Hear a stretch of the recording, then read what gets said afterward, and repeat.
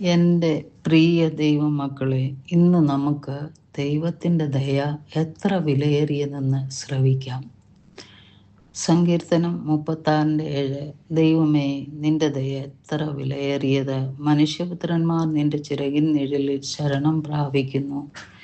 മനുഷ്യത്വത്തിൻ്റെ ദുഷ്ടതയും ദൈവത്തിൻ്റെ അതിരറ്റ സ്നേഹവും കാരുണ്യവും തമ്മിലുള്ള വ്യത്യാസത്തെക്കുറിച്ചുള്ള ദാവീദിൻ്റെ ധ്യാനത്തിൻ്റെ പ്രതിഫലമാണ് ഈ സങ്കീർത്തനം.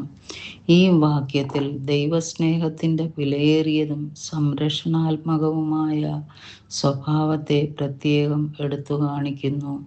ആശ്വാസം, സുരക്ഷ, സംരക്ഷണം എന്നിവയെ പ്രതീകപ്പെടുത്തുന്ന അവൻ്റെ ചിറകുകൾക്കടിയിൽ ഒരു അഭയസ്ഥാനത്തോട് ഉപമിക്കുന്നു.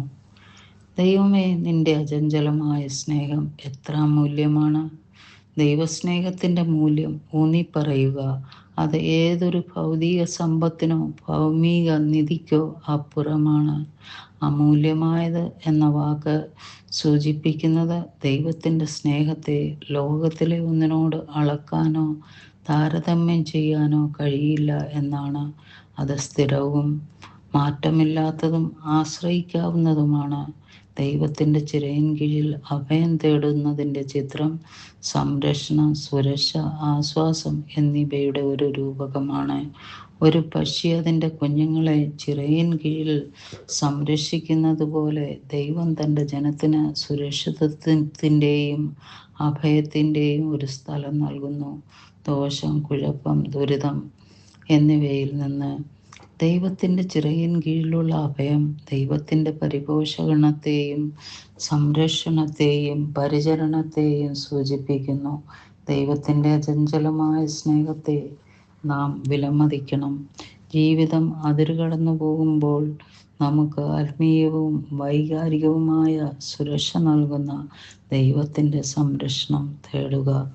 ദൈവത്തിൻ്റെ നീതിയിൽ ആശ്രയിക്കുക. കാരണം അവൻ്റെ സ്നേഹവും നീതിയും എല്ലായ്പ്പോഴും വിശ്വസനീയമാണ്. ഒരിക്കലും നമ്മൾ പതറുകയില്ല. ദൈവത്തിൻ്റെ ആലിംഗനം നമ്മുടെ ക്ഷീണിതരായ ആത്മാക്കൾക്ക് സമാധാനവും വിശ്രമവും നൽകുമ്പോൾ ദൈവത്തിൻ്റെ സാന്നിധ്യത്തിൽ വിശ്രമം കണ്ടെത്തുക. സ്നേഹപിതാവേ, അവിടുത്തെ അചഞ്ചലമായ സ്നേഹത്തെ തിരിച്ചറിഞ്ഞ് പ്രതികരിക്കാൻ ഞങ്ങളെ അനുഗ്രഹിക്കണമേ. ഞങ്ങളുടെ സങ്കേതവും ശക്തിയും അങ്ങയിൽ കണ്ടെത്താനും ജീവിതത്തിലെ വെല്ലുവിളികൾക്കിടയിലും അങ്ങയുടെ സംരക്ഷണാത്മക പരിചരണത്തിൽ വിശ്രമിക്കാനും ഞങ്ങളെ സഹായിക്കണമേ. യേശുവിൻ്റെ നാമത്തിൽ തന്നെ. ആമേൻ.